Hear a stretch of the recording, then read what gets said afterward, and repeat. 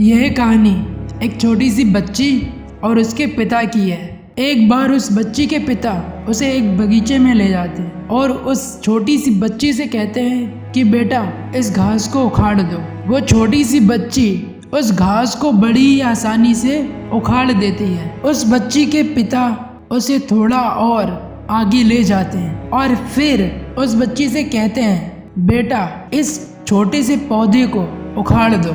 बच्ची उस छोटे से पौधे को भी उखाड़ देती है। फिर उसके पिता थोड़ा और उसे आगे ले जाते हैं और उस बच्ची से कहते हैं कि बेटा इस एक बड़े पौधे को भी तुम उखाड़ दो। तो बच्ची उस पौधे को भी उखाड़ने लगती है। इस बार वो अपनी ताकत लगा रही है कि ये पौधा उखड़ जाए। जैसे तैसे करके उस पौधे को भी वो बच्ची उखाड़ देती है। इस बार उस पौधे को उखाड़ने में वक्त लगा, लेकिन उस बच्ची ने अपनी पूरी हिम्मत, पूरी ताकत, सब कुछ लगा दिया, लेकिन फिर भी उस बच्ची ने उस पौधे को उखाड़ दिया। फिर उसके पिता उसे थोड़ी और आगे ले जाते हैं और वहाँ पर एक बहुत ही बड़ा पीपल का पेड़ होता है। उस बच्ची के पिता उससे कहते हैं बेटा इस पीपल के पेड़ को भी उखाड़ दो।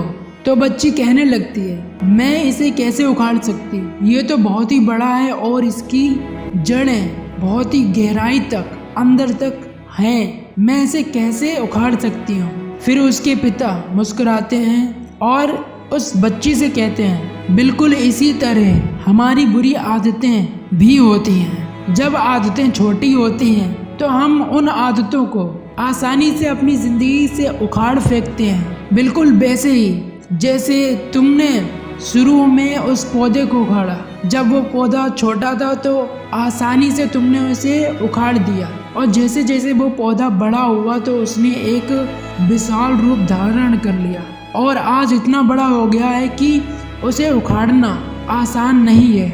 आज वही पौधा इतना बड़ा हो चुका है कि इतनी गहराई तक चली गई है कि उन्हें आसानी से उखाड़ नहीं सकते।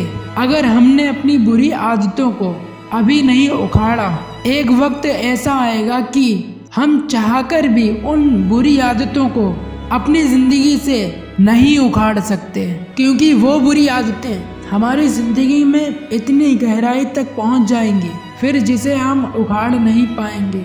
बिल्कुल उसी घास पौधे और बड़े पौधे और बड़े पीपल के पेड़ की तरह हमें अपनी आदतों को अभी और इसी वक्त उखाड़ना होगा।